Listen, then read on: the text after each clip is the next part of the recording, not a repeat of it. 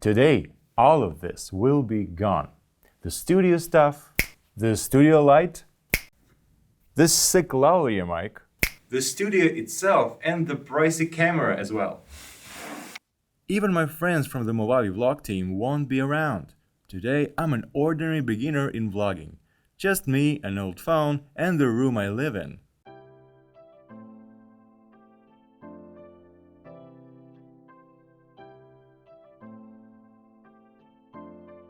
I've been thinking lately.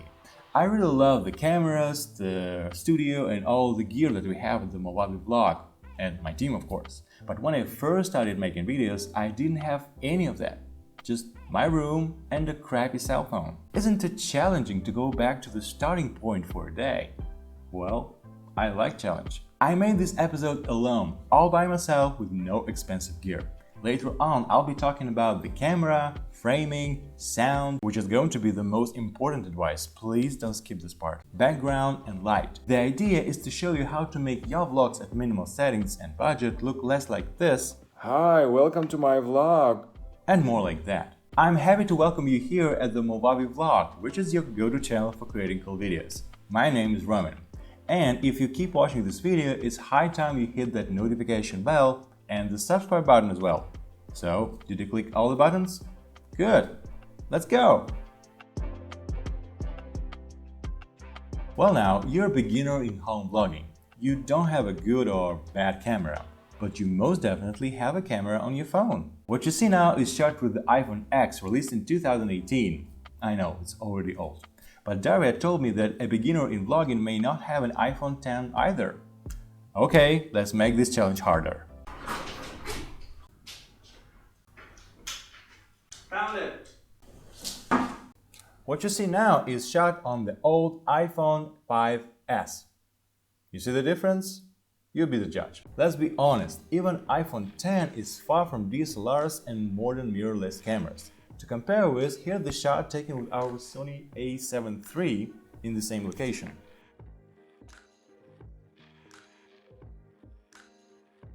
But let me remind you, it ain't an expensive camera that makes your vlog interesting and watchable. So don't rush for a credit card to buy one.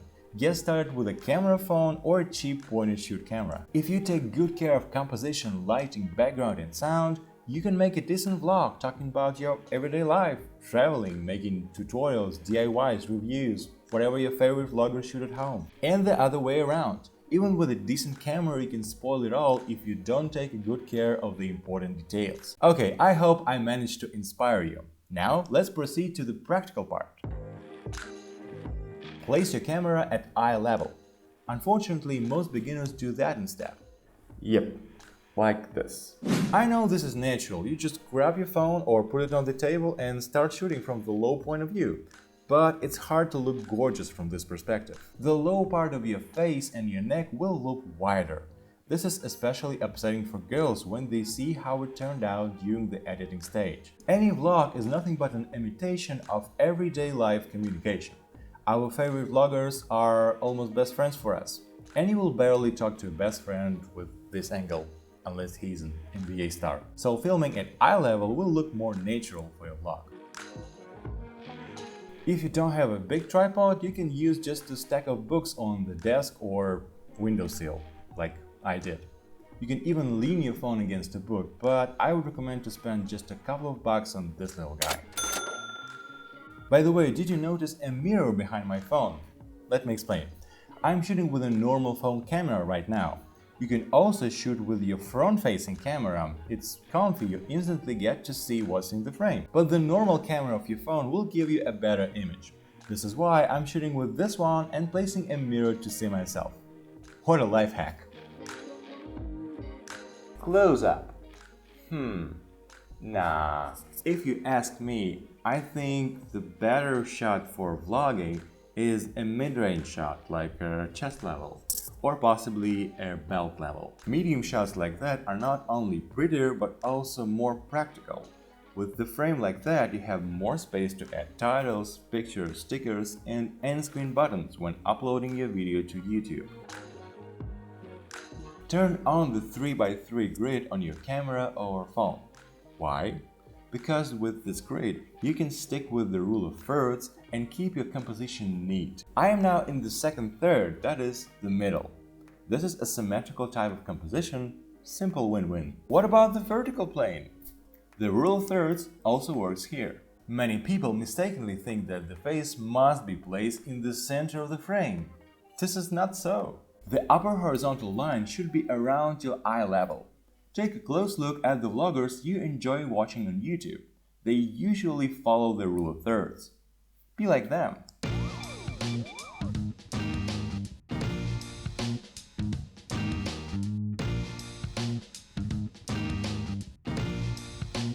Before you start recording, lock the focus and exposure on your phone. On the iPhone, for instance, this is done by a long press on the screen. Like this one. Wait a minute. How do I record a vlog at all? Do I just press rec, talk for an hour, and turn the camera off? No, not like that. Even if you improvise in front of the camera with no script, you will most likely break your vlog in semantic blocks. Then you will merge them to create a complete video clip. This is what it looks like during the editing phase in Movavi Video Editor. I looked at all the takes, removed the bad ones, and trimmed the selected ones. In order for the cuts between these semantic blocks to be accurate, the picture must be stable in light, exposure, and focus.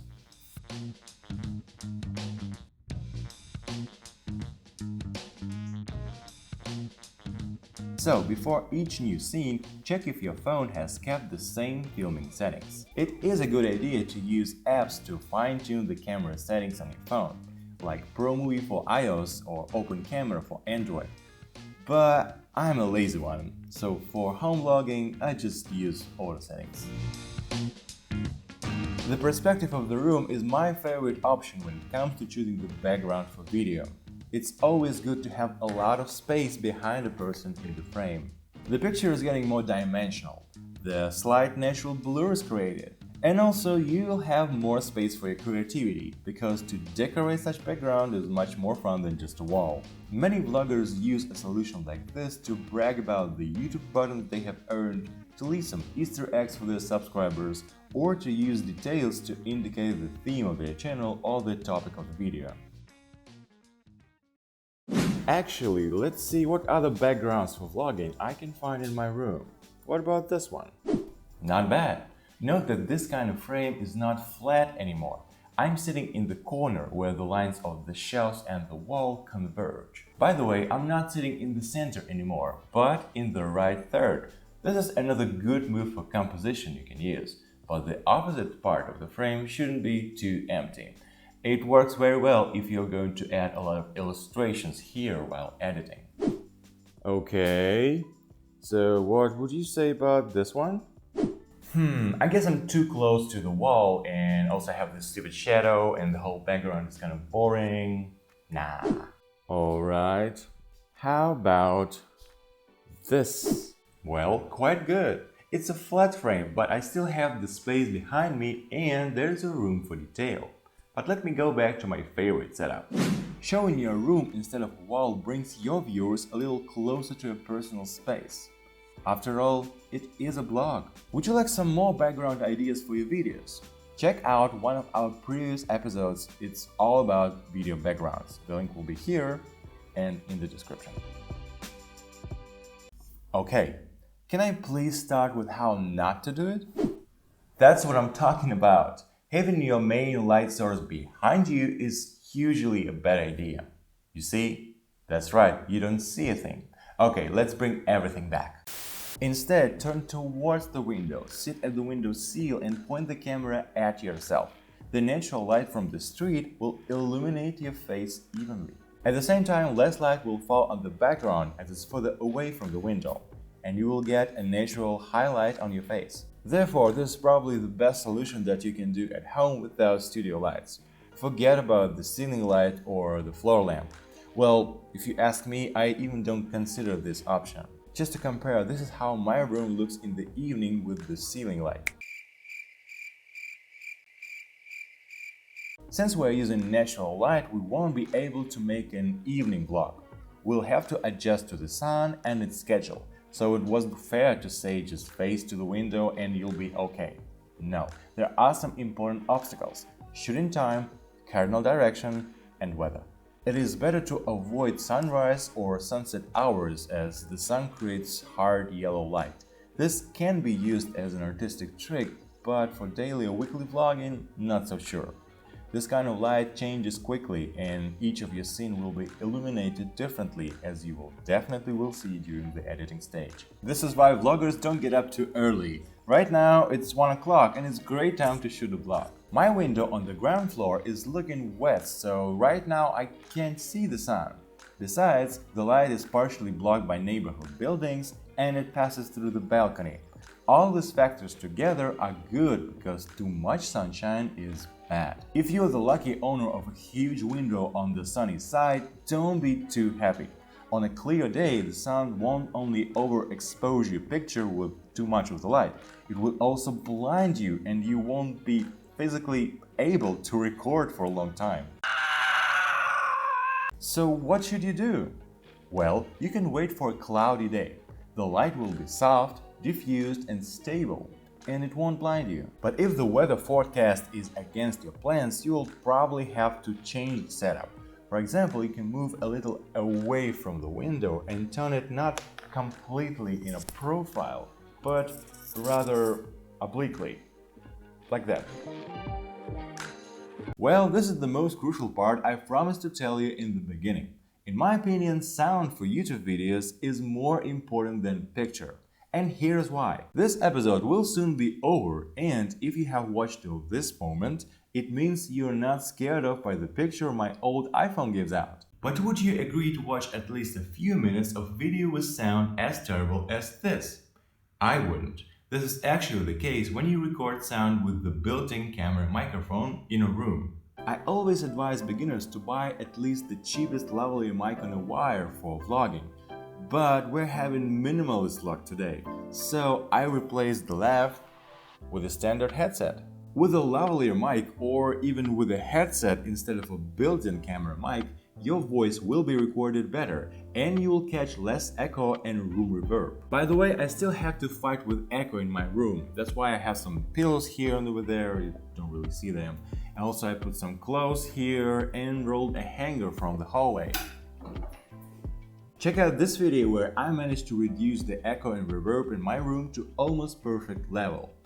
But I had to turn my room to a mess, which is I don't think every beginner vlogger would do. That's why for this video I didn't bother too much about reducing echo. Oh, here's another cool life hack with the headset not related to sound. You see, you can use this plus button to start a new recording. This way you won't move your camera by pressing record on your phone. And this is a especially good tip when you have a crappy tripod like mine. These were basic tips for beginner vloggers. The next part is editing. Please let us know if you want us to continue. If this video gains 10 requests in the comments and 200 likes, I'll make part 2 where I tell you step by step how I edited this video. Okay, let me honestly tell you what I really think about this minimalistic vlog experiment. There are things that I think are fine and even great, but some are not so. Things I dislike most is camera fastening, lovely mic and room echo. Well, if I were a beginner vlogger, I would definitely spend some money on a cheap tripod, but a real one, not this crappy thing. Cause if you noticed, the frame in this video isn't stable. I had to adjust the camera almost all the time because every move turned my camera a little bit. And even starting every new scene with the headset didn't really work. The same thing with the lavalier mic. Even a cheap one will work better than a headset. And also I kind of bound with the length of the wire. Also, lav usually catches less echo and room reverb than the headset. Besides that, in my opinion, budget vlogging works out pretty well. Even an old iPhone creates a decent picture for YouTube videos, and using natural light will make a great frame. And if you're not as lazy as me and will use manual settings instead of auto mode, your vlog will rock. In the description of this video, I left some links for more useful tutorials for beginner vloggers, like how to reduce echo, how to record a voiceover, how to choose a video background, how to choose composition, and many more. Thank you for watching the Movavi vlog. See you next time.